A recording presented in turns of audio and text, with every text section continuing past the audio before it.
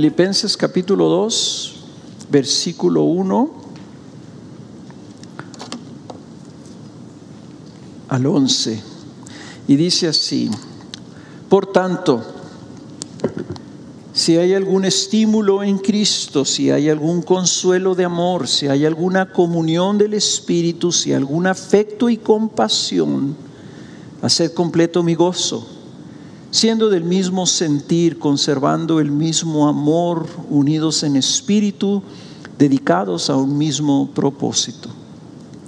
Nada hagáis por egoísmo o por vanagloria, sino que con actitud humilde cada uno de vosotros considere al otro como más importante que a sí mismo, no buscando cada uno sus propios intereses, sino más bien los intereses de los demás. Haya pues en vosotros esta actitud que hubo también en Cristo Jesús, el cual, aunque existía en forma de Dios, no consideró el ser igual a Dios como algo a qué aferrarse, sino que se despojó a sí mismo, tomando forma de siervo, haciéndose semejante a los hombres. Y hallándose en forma de hombre, se humilló a sí mismo, haciéndose obediente hasta la muerte, y muerte de cruz. Por lo cual Dios también le exaltó hasta lo sumo y le confirió el nombre que es sobre todo nombre, para que al nombre de Jesús se doble toda rodilla de los que están en el cielo y en la tierra y debajo de la tierra, y toda lengua confiese que Jesucristo es Señor, para gloria de Dios Padre. Tal vez aquellos de ustedes que estuvieron aquí la semana pasada y estuvimos hablando del grado, de la profundidad, de la totalidad de la humillación de Cristo. Cristo se humilló hasta lo sumo. Les decía, nadie, nunca nadie podrá humillarse de la manera en que se humilló Cristo Jesús, porque nunca nadie puede bajar desde lugar tan alto como el Dios mismo bajó hasta el lugar más bajo, que es la muerte. Todo eso lo hizo Cristo Jesús para, dice la Escritura, ser igual que nosotros. Y lo hizo, dice Isaías 53, para entonces redimirnos, para ser el instrumento justificador, para ser el medio por el cual nosotros podamos ser hechos la justicia de Dios. Pero algunos pueden a lo mejor pensar, ok, dice aquí Pablo, y terminamos nosotros el domingo pasado hablando de esto, de cómo debemos nosotros también procurar ese mismo camino. Tenemos el privilegio de ser llamados a caminar en esa misma actitud de humildad. Y pueden preguntar, bueno, ¿es esa nuestra identidad la que debe de tener el creyente? ¿Debemos ser personas humildes? ¿Debemos de buscar la humillación como la buscó Cristo? ¿Es esa nuestra identidad? ¿Debemos de ser humildes por ser humildes? Cristo fue humilde porque eso es como debe de ser Él, que siendo Dios se hizo hombre y se humilló hasta lo sumo. El retrato no está completo si nosotros solamente terminamos con la humillación de Cristo. O sea, una de las cosas que se criticó de aquella película que se llamó La Pasión de Cristo es que se exaltaba tanto la humillación de Cristo, que se ponía eso como un fin en sí mismo. O en otras palabras, Cristo vino a morir. Y como si eso fuera el fin, el objetivo. Pero la Biblia nunca habla de la humillación de Cristo como el fin, sino como el camino hacia el fin. O sea, el propósito de Dios era venir y humillarse para cumplir un propósito divino. Y el camino de humillación fue el camino que llevó a Cristo Jesús al triunfo, a la victoria sobre los enemigos de Dios. Romanos 14, lo vimos hace tiempo, pero lo pone de esta manera: porque para esto Cristo murió y resucitó. Porque para esto Cristo murió y resucitó, para ser Señor, tanto de los muertos como de los vivos.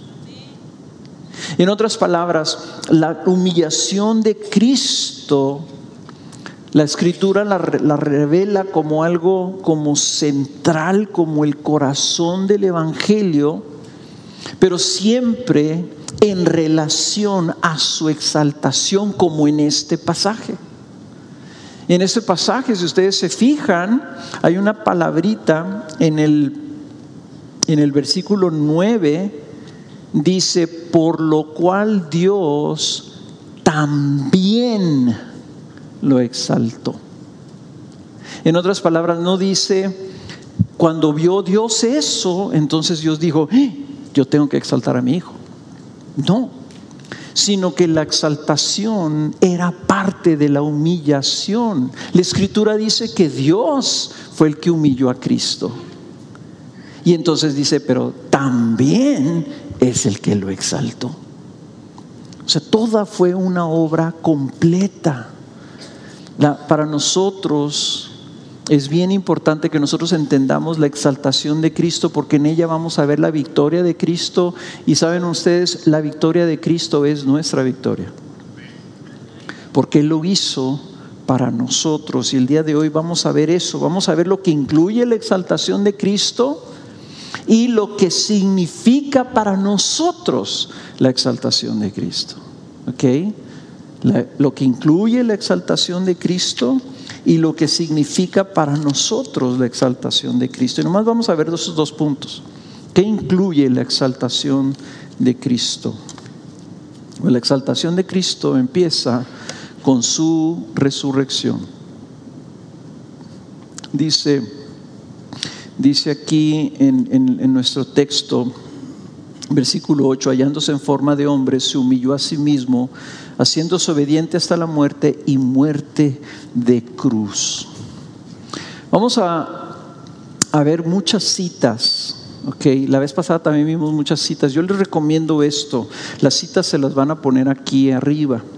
Yo les recomiendo que más bien busquen un papelito y ustedes anoten las citas para que ustedes las puedan ver en sus casas y no pierdan tiempo buscándola en sus Biblias, porque entonces no van a escuchar o no van a perder el hilo, ¿verdad? Tal vez de lo que estemos.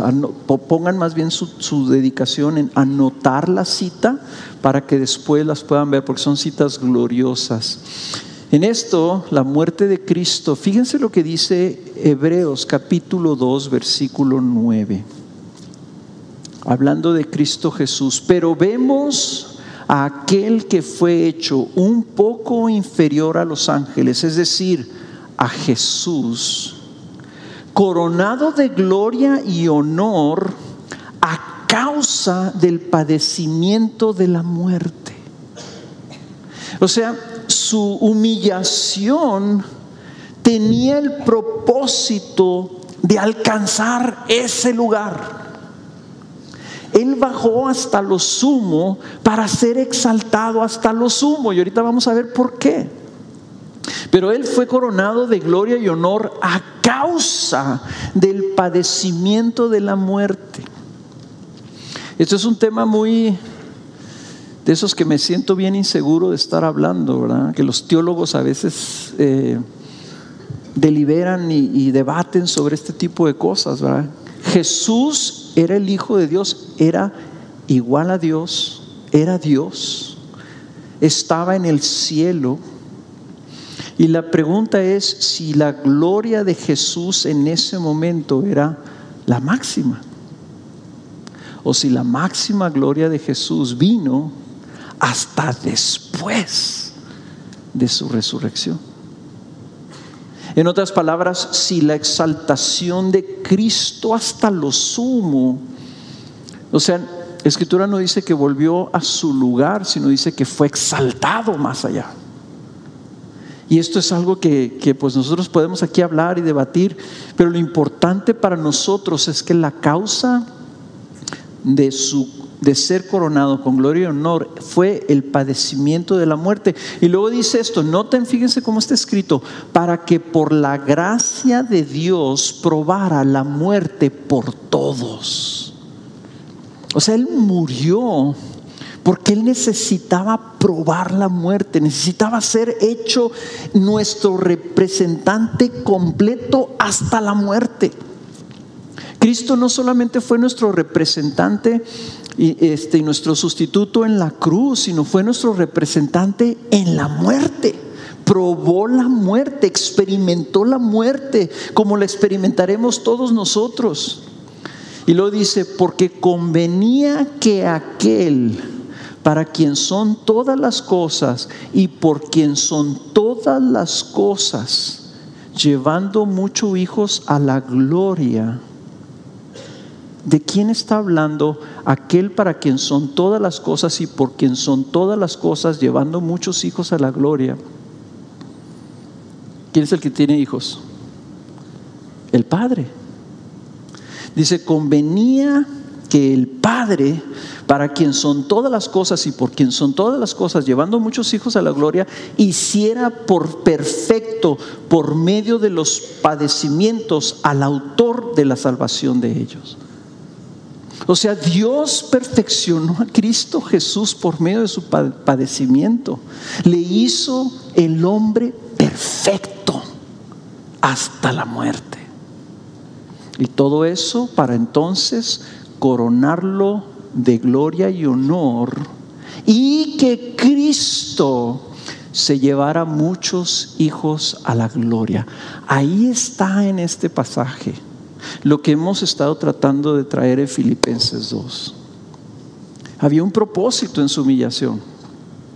Su propósito es que fuera llevado Él hasta lo sumo. Dice, para que entonces nos llevara a nosotros junto con Él. Cuando empiezas a meditar estas cosas, o sea, empiezas a entender que hay mucho más allá de la salvación, que simplemente Cristo vino para pagar mis pecados, para que yo no me fuera al infierno.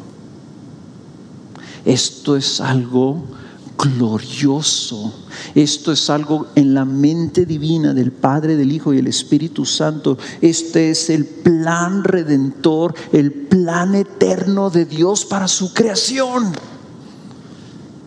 Y nosotros nos quedamos muy cortos si nosotros pensamos, Cristo vino para que yo no me fuera al infierno. No, Cristo vino para llevar a cabo un plan divino, para llevar muchos hijos a la gloria. Dice Hechos 2:32. Este es el apóstol Pedro hablando acerca de este Jesús. A este Jesús resucitó Dios, de lo cual todos nosotros somos testigos, o sea, todos los apóstoles. Así que exaltado a la diestra de Dios y habiendo recibido del Padre la promesa del Espíritu Santo, ha derramado esto que vosotros veis y oís.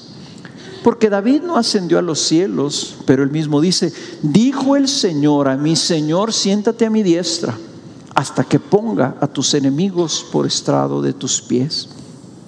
Sepa pues con certeza toda la casa de Israel, que a este Jesús, a quien vosotros crucificasteis, Dios le ha hecho Señor y Cristo.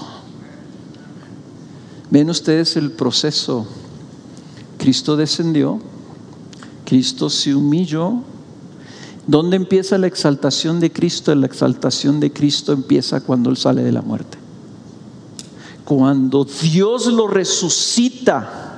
Cuando Dios lo resucita, sube, es exaltado y es sentado a la diestra del Padre. Y lo primero que recibe Cristo es glorioso. Primero que recibe Cristo es la promesa del Espíritu Santo. Así como que se le da a Jesús la autoridad de ser el agente de Dios, el agente encargado de enviar el Espíritu Santo a su iglesia. La exaltación de Cristo, hermanos, está ligada no solamente a su padecimiento en nuestra sustitución y representación, sino ligada luego a toda la obra de Dios para con su pueblo. Y aquí dice que este Jesús a quien vosotros crucificasteis, y por favor que nadie se deslinde de la responsabilidad de la crucifixión de Cristo Jesús. No fueron los judíos los que lo crucificaron, no fueron los romanos, fuimos todos nosotros los pecadores.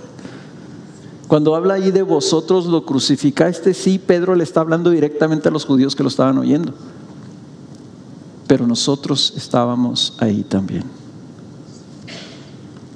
Dice, Dios le ha hecho Señor y Cristo.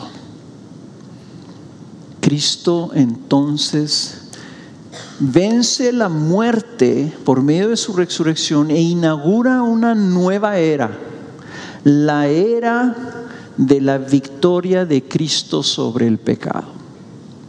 Él inicia algo ahí en ese momento. Cristo victorioso, el Cristo crucificado se vuelve el Cristo resucitado y por ende se vuelve el Cristo exaltado.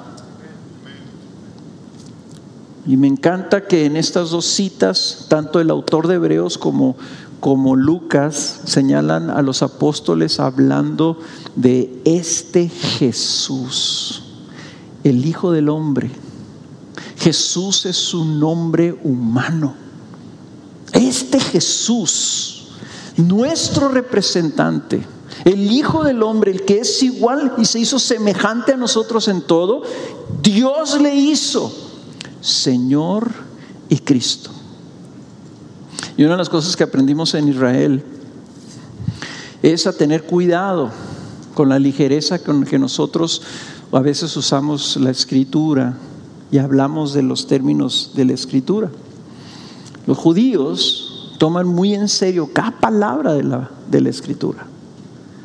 Cuando aquí Pedro cita a David en el Salmo 110, está usando este texto que en el hebreo dice así: dijo Yahvé a mi Adonai, dijo Dios a mi Señor, a mi Dios, como si dijera, dijo el Padre a mi Dios. La palabra Señor, Dios le ha hecho Señor, es la palabra en griego Kyrios, significa Señor supremo en autoridad, el dueño y soberano de todo. Es el título que se le daba al emperador de Roma. Es el nombre con el que los esclavos se dirigían a sus amos. Es el término griego de la palabra Adonai que los judíos usaban para referirse a Dios. Dios hizo a Jesús Dios. Y luego dice, y lo hizo también Cristo. Y una de las cosas que vimos nosotros y nos maravilló, que los judíos piadosos con los que hablamos nosotros, temerosos de Dios, que temen la palabra, conocen la Escritura, todos ellos, en común denominador que tenían,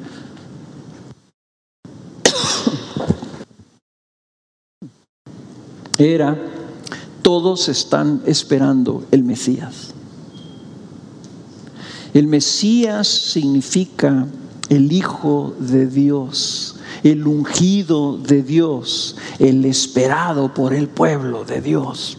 Y les decíamos Ustedes esperan un Mesías que venga por primera vez. Es el Mesías que nosotros estamos esperando que venga por segunda vez. Es la única diferencia. Ellos lo están esperando por primera vez y dice el libro de Zacarías que lo van a ver. Nomás que cuando venga el Mesías, para ellos esperado por primera vez, dice, lo van a ver al que traspasaron. Ellos no entienden esa escritura. Dios lo exaltó entonces por sobre todas las cosas. Él es el Señor, el Rey, el soberano, el dueño de todo.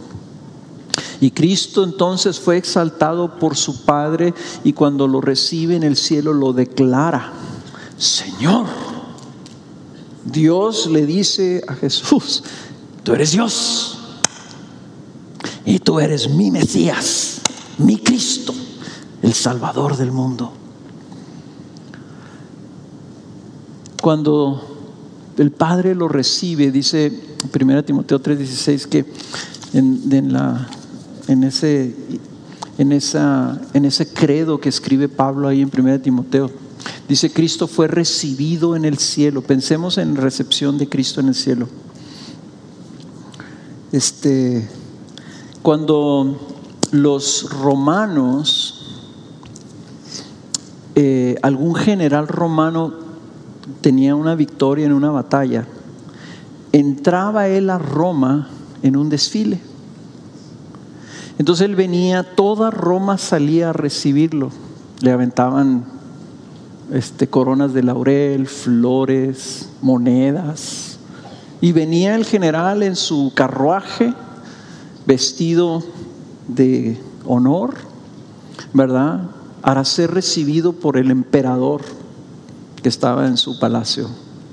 Y toda la gente aclamándolo. Y atrás de él venían sus enemigos. Cuando él llegaba al emperador, el emperador lo recibía y le coronaba. Le daba una corona de honor, ¿verdad?, una corona de laureles, o le daba algún cetro, alguna autoridad, un rango nuevo, qué sé yo, ¿verdad? O tal vez le daba una provincia para que él fuera el dueño de esa provincia, el señor de esa provincia. ¿Cómo podemos nosotros imaginar la recepción de Cristo en el cielo? Ahorita que leyó Andrés Daniel, de eso está hablando. Porque aunque ese texto usualmente se refiere a la segunda venida, lo curioso es que dice, viene entre las nubes y fue recibido por el anciano de días. Fue recibido por Dios. No dice que fue recibido por la gente. Entonces viene y es recibido. Y Colosenses, que es el libro que vamos a estar viendo el año que entra, lo menciona así. Colosenses capítulo 2 versículo 15: habiendo despojado a los poderes y autoridades, hizo de ellos un espectáculo público, triunfando sobre ellos por medio de él. En otras palabras, Dios triunfó sobre sus enemigos por medio, y lo voy a poner así, y de ninguna manera quiero que lo menospreciemos en ese aspecto, ¿verdad? Pero nomás como siguiendo en la ilustración, Dios triunfó como triunfaba el emperador por medio del general que había ganado la batalla, el agente de la salvación que Dios estaba llevando a cabo en la humanidad. Dios de tal manera amó al mundo que envió a su Hijo para que llevara a cabo una labor, una victoria, una batalla. No más que el Cristo no vino a ganar la batalla como lo esperaban los judíos, como un rey victorioso y poderoso que iba a derribar el imperio romano, iba a establecer su reino sobre la tierra. No, Cristo luchó por medio de la humillación y ganó la victoria contra el pecado, contra la muerte y contra los enemigos espirituales de Dios. Y por ello, cuando sube al cielo y es exaltado, el que lo está esperando arriba con los brazos abiertos es su Padre. Y lo recibe. Imagínense ustedes lo que ha de haber sido que los ángeles que estaban viendo a Cristo crucificado lo reciban en el cielo, ahora exaltado en victoria. Sus miriadas y miriadas de ángeles, los santos testigos de Dios, allí en los lugares celestiales, recibiendo a Cristo Jesús. Nosotros tal vez seremos testigos de algo semejante, o tal vez hasta más glorioso, cuando Cristo en su segunda venida derrote a todos sus enemigos, destruya los cielos y la tierra, forme los cielos y la tierra nueva y llegue a su presencia, pero ahora seguido de todos sus redimidos. Ya no de sus enemigos, sino de sus redimidos, de sus rescatados. Cristo está sentado entonces, exaltado, sentado a la diestra del Padre. Cuando aquí habla, ¿verdad? Dice, le confirió, lo exaltó hasta lo sumo la Escritura. Dice que Cristo está sentado a la diestra del Padre.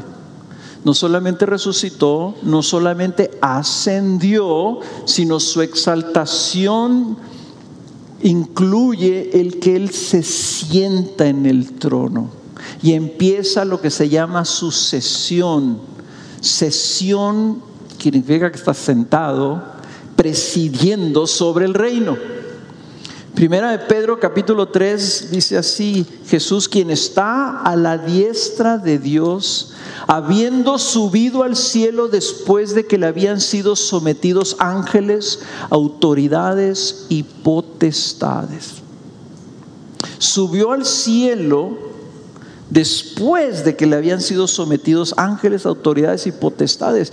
O sea, Cristo, cuando decimos que Cristo es nuestro Señor, quiere decir que Él es el Rey y todo ya está sujeto bajo sus pies. Y está Él sentado a la diestra del Padre en su trono, reinando. Él tiene ahora toda autoridad y toda potestad como Rey soberano.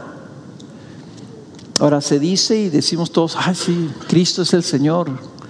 Cuando el Señor nos salvó y hace 40 años, decíamos: sí, el Señor esto y el Señor allá y el Señor para acá. Yo no sabía quién era el Señor hasta que alguien me dijo: pues el Señor es Jesús.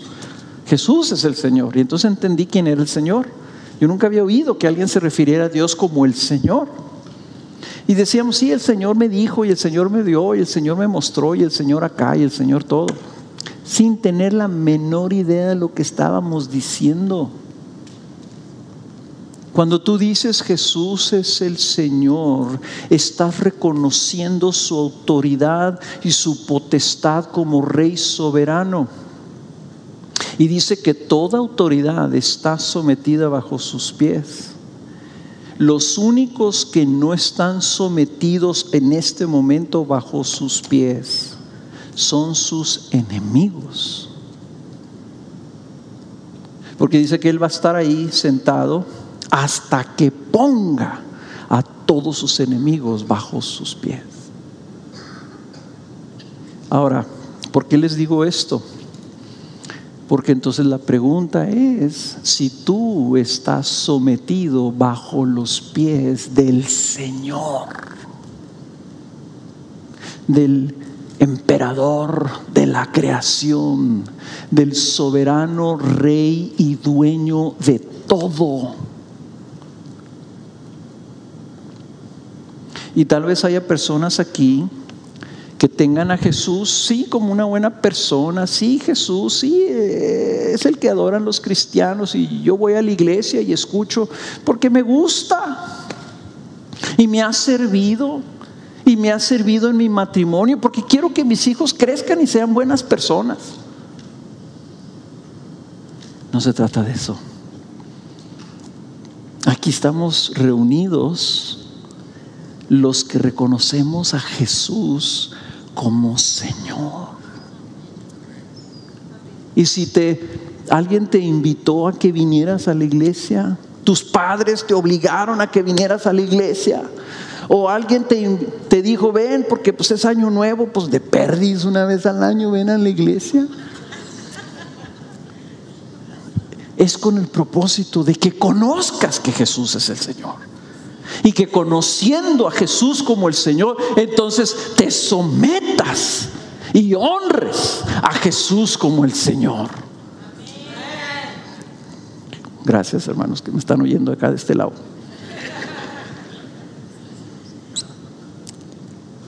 Los únicos que no están bajo sus pies son sus enemigos.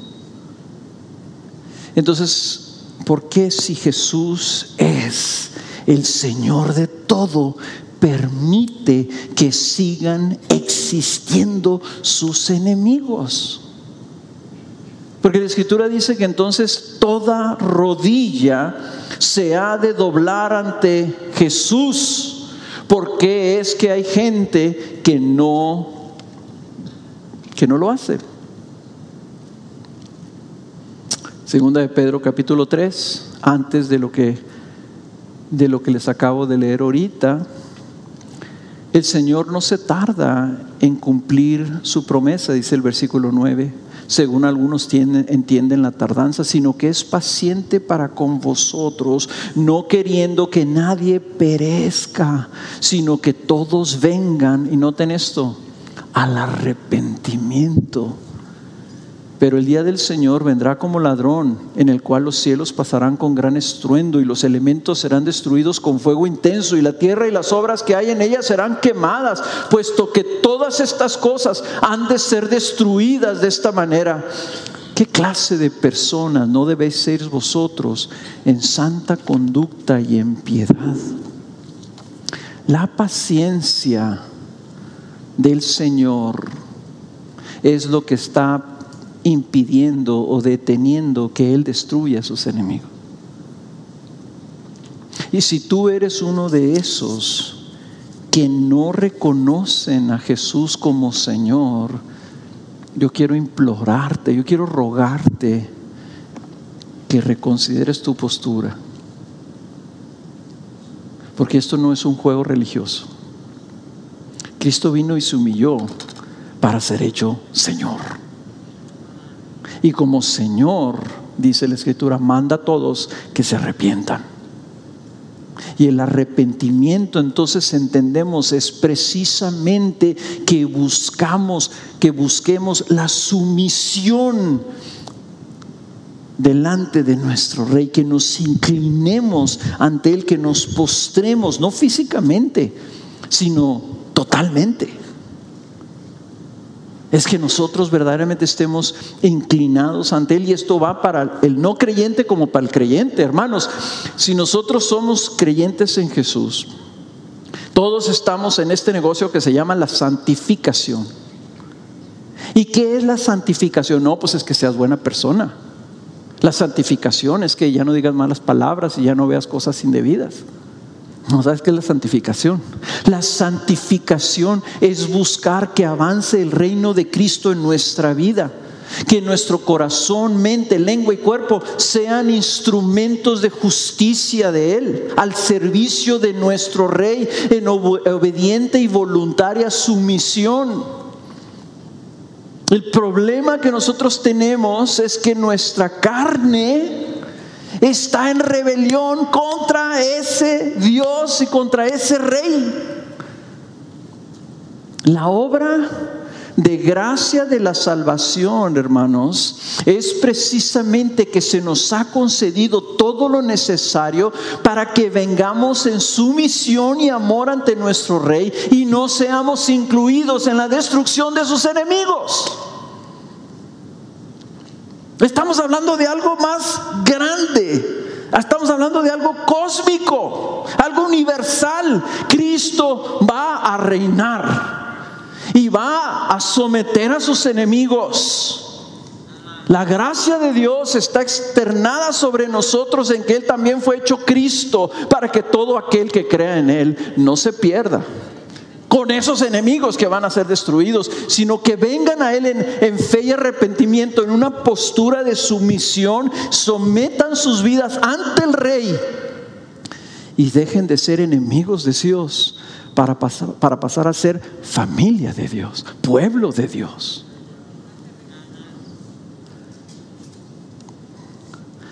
Esto es lo absurdo del pecado en nuestra carne. Se revela contra nuestro Rey. Es como esos niños incluyen también mis nietos, ¿verdad?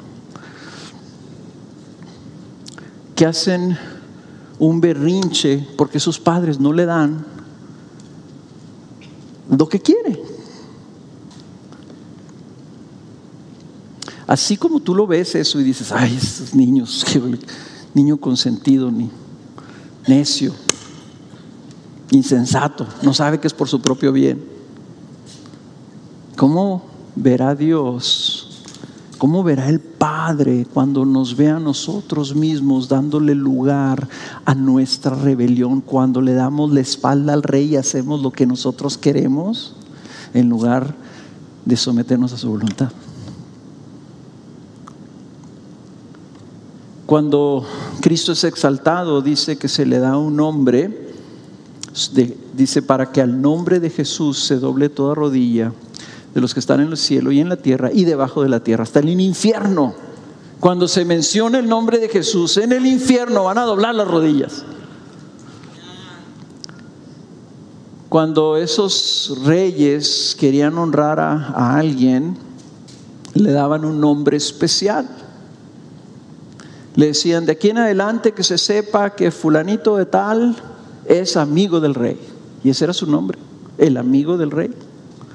O le decían, va a ser un caballero del rey, o el consejero del rey, o etcétera, ¿verdad? Como David a sus valientes les dijo que se llamaban los valientes de David.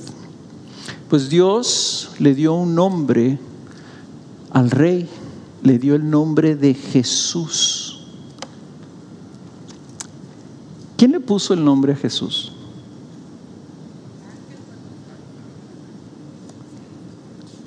Dice el ángel cuando vino con María, le dijo en Lucas 1:31, y aquí concebirás en tu seno y darás a luz un hijo y le pondrás por nombre Jesús.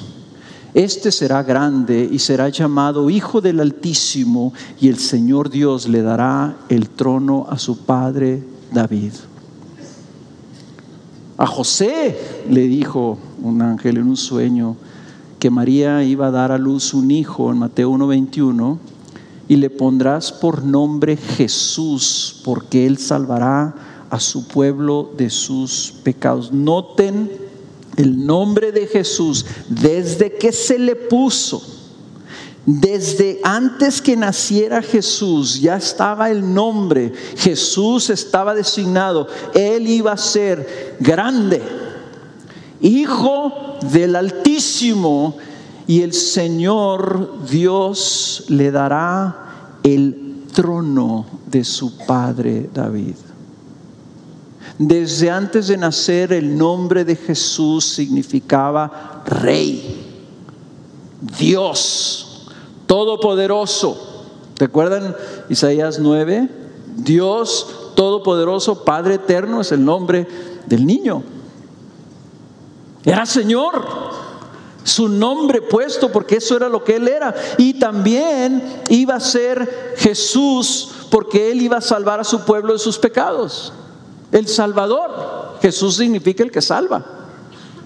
En otras palabras, Jesús desde origen su nombre era Señor y Cristo. Y entonces ante ese nombre todos han de reconocerlo y todos han de exaltarlo en humillación. Ahora, ¿por qué es tan importante que este nombre Jesús sea el nombre del Señor y del Cristo? Porque Jesús es un nombre humano. Era el nombre de nuestro Señor La gente así lo conocía. En otras palabras, en el trono celestial está sentado uno semejante a los hombres. Donde nosotros vamos a ir como hombres con cuerpos resucitados, ya está uno que fue antes que nosotros, a preparar un lugar para nosotros. O sea, Cristo lo tocaron sus discípulos, comió con ellos, vieron que era Él, y así dice como subió al cielo, ascendió al cielo, dice así va a regresar. Este Jesús que ustedes están viendo va a regresar. Así como subió, así fue recibido y así está sentado en el trono. Jesús está sentado en el trono. Ya no es solamente el Hijo de Dios, sino es Jesús, el que vino y se humilló y murió, el que derramó su sangre, el que comió con nosotros, el que experimentó la muerte, el que tuvo hambre y sed y sueño, el que aprendió a hablar, el que aprendió a caminar. No era un espíritu, era un hombre, hijo de hombre, todo hombre, recuerden, y también todo Dios. El nombre se le ha dado a Jesús para sumisión y reconocimiento. Eso es, se doble toda rodilla, es una muestra de sumisión. Toda lengua confiese que Jesucristo es Señor para gloria de Dios Padre. Es reconocimiento y exaltación. Y noten ustedes, para gloria de Dios Padre. Tú no puedes darle gloria a Dios si rechazas a Cristo como Señor. Por eso es que cuando yo oigo a personas que me hablan de Dios, no, pues que Dios esto y que Dios esto otro y que Dios, yo le digo, bueno, ¿cuál Dios? ¿A quién estás sirviendo? No, pues que a Dios. ¿A cuál Dios? ¿Quién es tu Señor? Es la pregunta que nos debemos hacer. No en qué Dios crees. ¿Quién es tu Señor? Tú dices, yo creo en Dios, ok. Ahora contéstame esta pregunta. ¿Quién es tu Señor? ¿Quién es tu Rey? Porque esa, al final de cuentas, es la pregunta. Esa es la diferencia entre los amigos y la familia de Dios y los enemigos de Dios. Tú puedes creer en Dios, pero si Cristo no es tu Señor, tú no estás incluido entre esos. Para gloria de Dios, sea Cristo es confesado como Señor. Cristo Jesús vino para ser Señor, y entonces llama a todo mundo al arrepentimiento, a la entrega, a la sumisión. Entonces es absurdo que el hombre rechace y menosprecie a Cristo Jesús. Algunos blasfeman el nombre de Jesús, muchos lo usan en vano, muchos no saben ni qué están diciendo.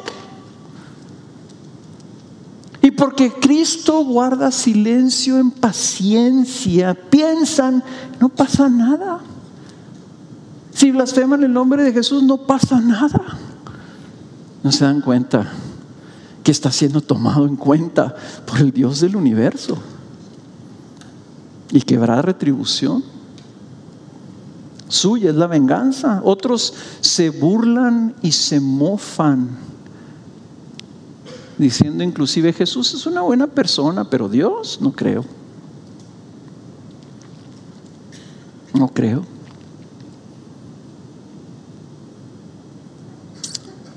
Otros tal vez no hablen así de Jesús, pero se exaltan a sí mismos.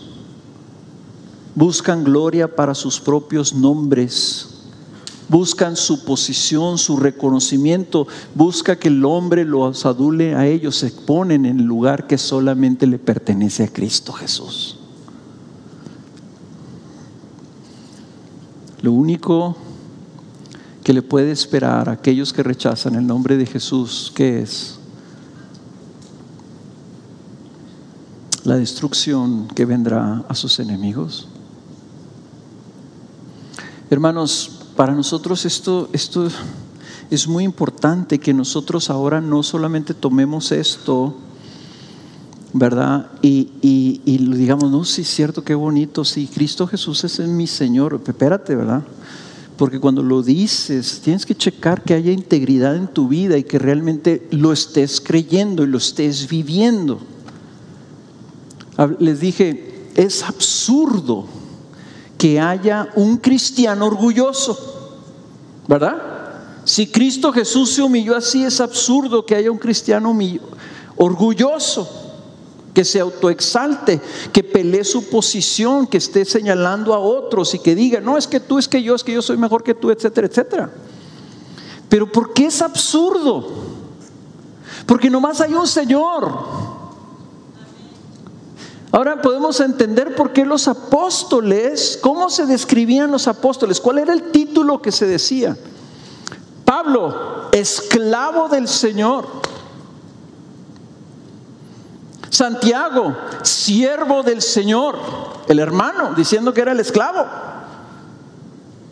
Y nosotros queremos a veces a Jesús como nuestro esclavo, que Jesús nos sirva. Si Jesús no me da esto, yo ya no voy a ir a la iglesia. Jesús no me sirvió para nada. Acabo de escuchar de una cosa bien trágica de una persona que tristemente perdió uno de sus hijos y dejó al Señor. ¿Qué significa eso? Significa que yo estoy con Cristo mientras Cristo me sirva a mí. Y si pasa algo que a mí no me gusta, si pasa algo que a mí no me agrada, entonces ya Cristo ya no es Señor mío.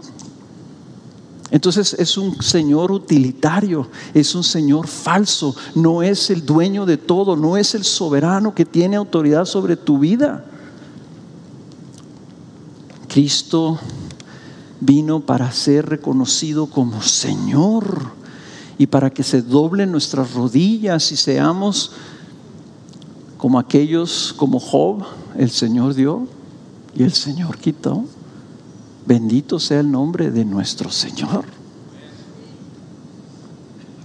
A unos hizo de una manera, a otros hizo de otra manera, a otros les dio grandes dones y a otros no les dio muchos dones. A unos les dio una vida larga y próspera y a otros les dio una vida corta y pobre. El Señor es el Señor. Dios nos ayude, hermanos, que seamos una iglesia que doblamos nuestras rodillas ante el Señor en las buenas y en las no tan buenas y hasta en las malas. Ya aprendimos esa lección. Si se les olvida, les recuerdo cuando estaba la guerra, veníamos y nos juntábamos aquí asustadísimos, clamábamos a Dios, Señor, guárdanos, y nos guardó. Hasta el día en que mataron a uno de nosotros. Y entonces sí dijimos, ¿qué pasa? ¿Qué pasa? Y tuvimos que tomar la decisión, ¿vamos a servir y amar a este Cristo cuando nos guarda de las balas? O aunque no nos guarde de las balas.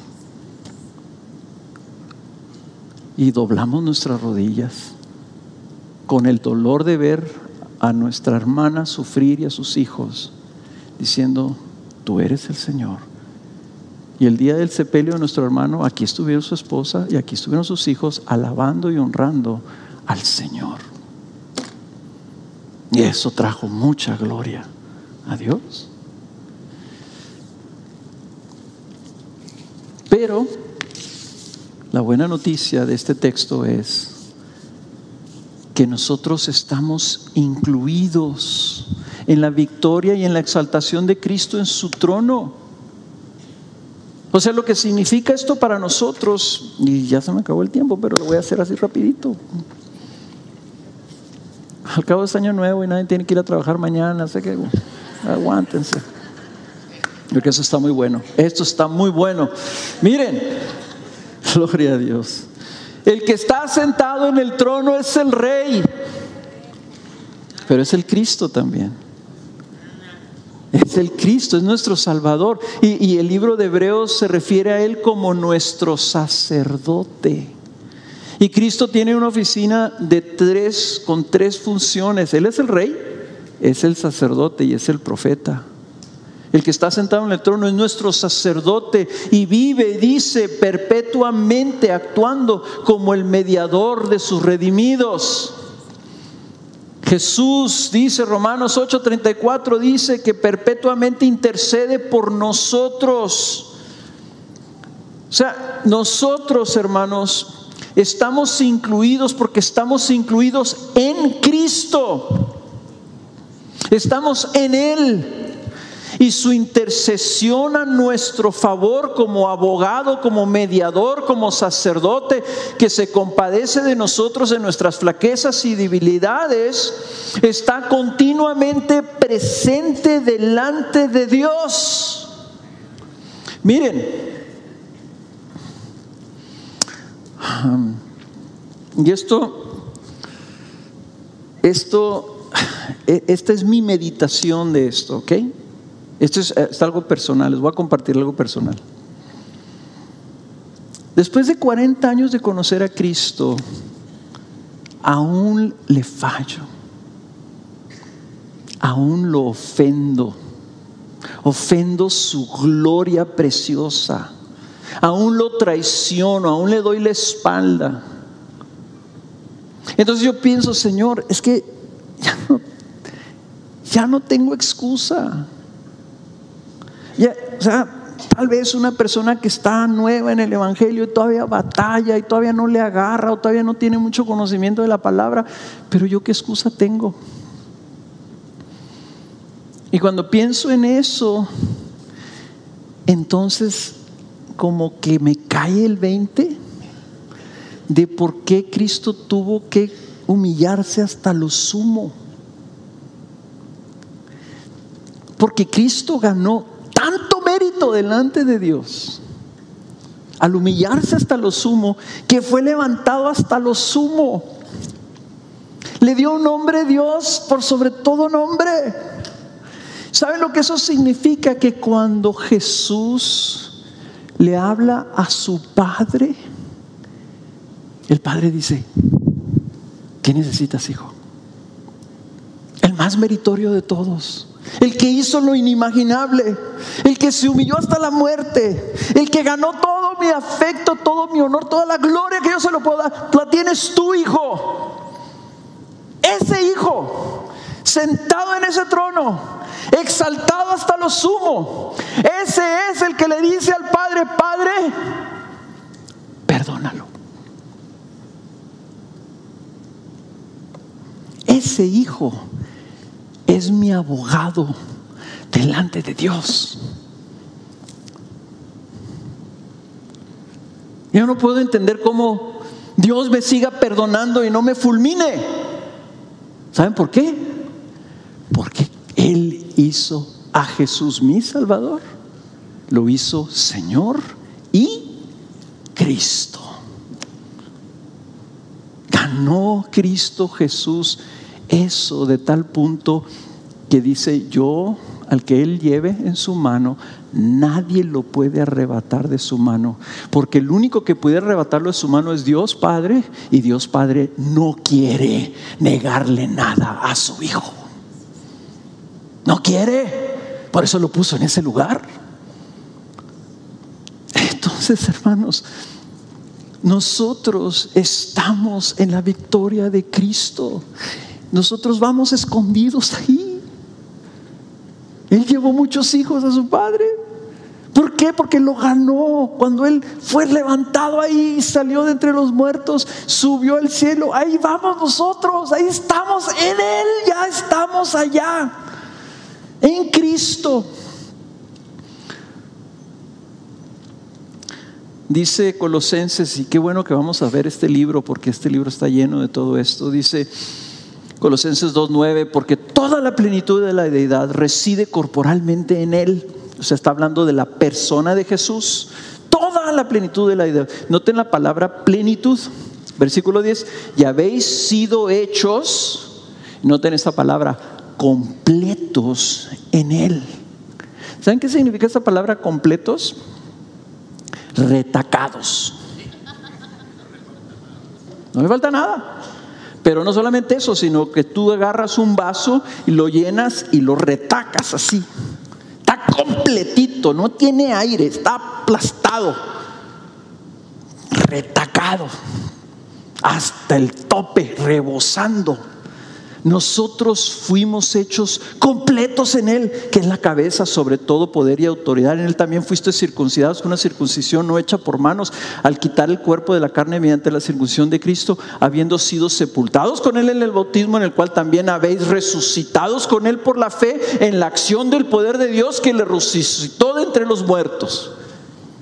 En otras palabras, la Escritura habla de nosotros como ya sentados con Cristo, resucitados. Dice Pablo en Efesios, dice, nos resucitó y nos sentó en los lugares celestiales. ¿Cómo? Yo estoy aquí, yo estaba sentado ahorita en esa silla. ¿Cómo es que yo estoy completo? ¿Y cómo es que yo estoy resucitado? ¿Y cómo es que yo estoy ya sentado en los lugares celestiales? En Cristo. ¿Por qué estoy completo? Porque tengo a este Cristo habitando en mí. El exaltadísimo, el que está por encima de todo.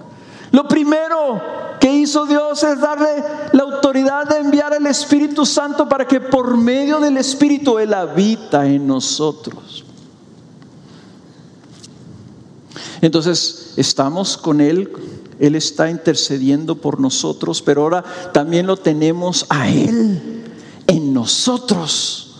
Por lo tanto estamos participando de su sesión. Él está reinando y está reinando en nuestro corazón. Y eso significa entonces que Él también está actuando como profeta, porque ¿qué viene a hacer el Espíritu Santo? Viene a guiarnos. Todo aquel que es guiado por el Espíritu es hijo de Dios. Viene a guiarnos. ¿A dónde? ¿A dónde nos va a guiar el Espíritu? Llévame a Cristo, Espíritu Santo. Nos va a llevar, nos está llevando, nos está conduciendo por medio de toda la verdad, revelando la palabra y la voluntad de Dios para que nosotros caminemos este camino y vayamos inclusive ganando fruto para el Señor, y ganando fruto que dice la Escritura será recompensada por el Señor cuando lleguemos. Él está como profeta hablando a nuestras vidas por medio del Espíritu. Y no solamente eso, sino que el Espíritu que ya está en nosotros, su Espíritu en nosotros, es el Espíritu que también nos resucitará. Romanos 11:12 dice que si el Espíritu está en nosotros, habita en nosotros, el mismo Espíritu que levantó a Cristo entre los muertos, nos va a levantar a nosotros. Nosotros estamos resucitados, hermanos, y ya tenemos el Espíritu Santo. Todavía no sucede, pero ya estamos. Porque habrá alguien que le pueda decir al Espíritu: no puedes resucitar a Cristo, no puedes resucitar a Carlos. Nuestro estado entonces es un estado de vida y poder, porque Cristo ha sido exaltado. Nada hay que pueda destruirnos. El poder del pecado ya ha sido roto, por tanto ni siquiera la muerte puede dañarnos. También su aguijón ha sido roto, y para el creyente el morir es ganancia. Ya se nos dio todo lo necesario para llegar hasta allá. Por eso la Escritura, cuando habla Pablo de la resurrección, nuestra resurrección, dice: el aguijón de la muerte es el pecado y el poder del pecado es la ley, pero a Dios gracias que nos da la victoria por medio de nuestro Señor Jesucristo. Hermanos, nosotros tenemos que aprender a caminar en esa victoria. Estamos completos en Cristo, Cristo está reinando, no tenemos excusa. Al que no eximió a su propio Hijo, sino que lo dio por todos nosotros, ¿cómo no nos dará junto con ese regalo todo lo demás? Tenemos el máximo regalo. Máximo regalo, tenemos a Cristo Jesús. Por eso la Escritura en Romanos 5 dice que reinaremos en vida. Tercero, ¿qué significa para nosotros? Significa que nosotros, nuestra vida, así como Cristo está allá en nosotros y estamos completos, nosotros estamos en Cristo, y significa que nosotros estamos allá con Él. Ya hay una conexión directa. Por eso Pablo en Colosenses hablaba y decía que buscáramos las cosas de arriba, donde está Cristo sentado a la diestra de Dios. ¿Por qué debemos de buscar esas cosas? ¿Por qué debemos de buscar esa vida? Porque nuestra vida está escondida con Cristo en Dios, como quien guarda algo en un baúl especial, algo precioso, lo guarda, lo cierra con llave, y ahí está escondido. Y está escondido porque un día dice, cuando Cristo nuestra vida sea manifestado de nuevo, cuando venga de nuevo en su gloria, dice, entonces vosotros también seréis manifestados con Él en gloria. 3 personas se gozan con eso. Imagínense el día en que Jesús abra ese baúl y diga, vénganse, vamos por sus hermanos, vamos a traer a la familia, Padre, y seremos manifestados con Él en gloria.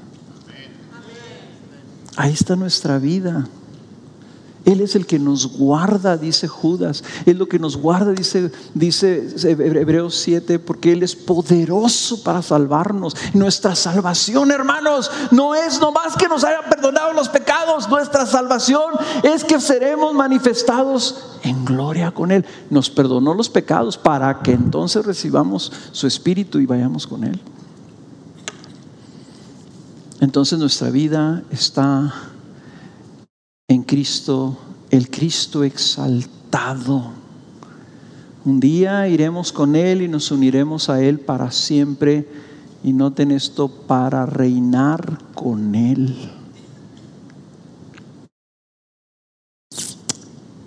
El último día, dice 1 Corintios 15:25, que Él debe reinar hasta que haya puesto a todos sus enemigos debajo de sus pies. Y el último enemigo que será abolido es la muerte. En el día final, nadie más volverá a morir. Se acabará la muerte. Y recuerden dónde entró la muerte. La muerte entró como la maldición de Dios por el pecado. Cristo ya venció el pecado, ya venció la muerte. Será abolida la muerte, será terminada la muerte, y entonces Él tomará a todos sus enemigos, pecado, muerte, diablo y todos aquellos que rechazaron su señorío, y los lanzará al lago de fuego, y nosotros entonces iremos con Él para estar con Él para siempre. Cristo se humilló para ser exaltado y llevarnos a la gloria. Apocalipsis 3:21 dice, al vencedor le concederé sentarse conmigo en mi trono, como yo también vencí y me senté con mi Padre en su trono. ¿Y qué significa que nosotros venceremos? ¿Qué significa? Significa que nosotros perseveremos en esa vida. ¿Qué dijo Jesús? Tú eres el sarmiento, lo único que tienes que hacer es permanecer y avanzar.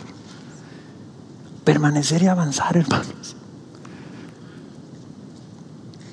Vivir para esa vida. Yo sé que tenemos problemas en este mundo, pero si ves tus problemas, tienes que aprender a ver tu destino, donde está tu vida escondida ahí en Cristo, en Dios, donde está Él sentado en la gloria. Allá vas. Los problemas en esta vida, las dificultades en esta vida, todos son temporales y no nos definen. Lo que nos define es quién es nuestro Señor y dónde es nuestro destino. Tal vez veas tus limitaciones.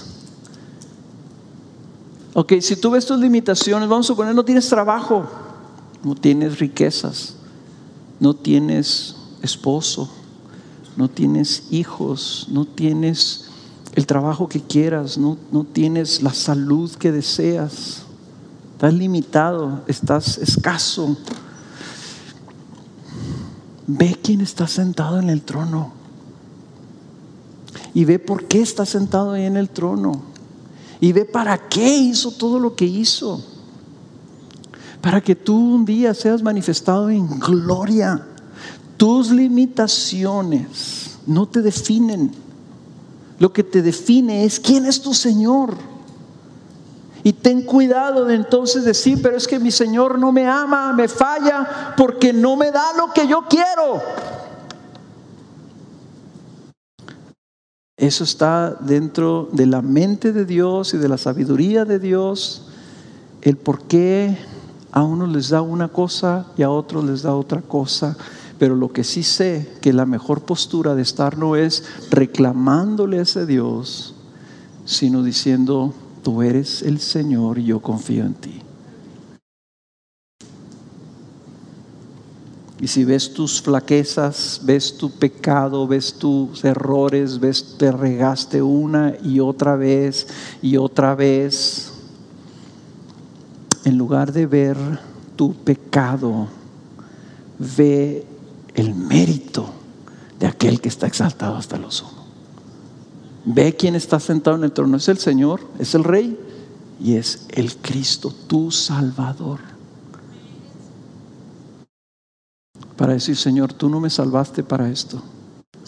Tú me salvaste para que yo deje de ser tu enemigo. Y si mi carne, si mi tontez, si mi necedad, si mi terquedad, Señor, tú me salvaste para que eso no me definiera, porque tú me llevas para allá. Te aseguro que el camino, el ánimo, el aliento, el deseo es poderosísimo. El Espíritu Santo lo que quiere es tu santificación. Arrepiéntete volviendo en sumisión a Él, diciendo, Señor, hágase tu voluntad, trabaja tu voluntad en mi vida, aquí estoy, haz conmigo lo que tú quieras. El Señor lo hace. Lo hace, porque para eso fuiste llamado, para eso se te dio el Espíritu Santo. Hermanos, híjole, qué glorioso es nuestro Señor, qué grande es nuestro Señor.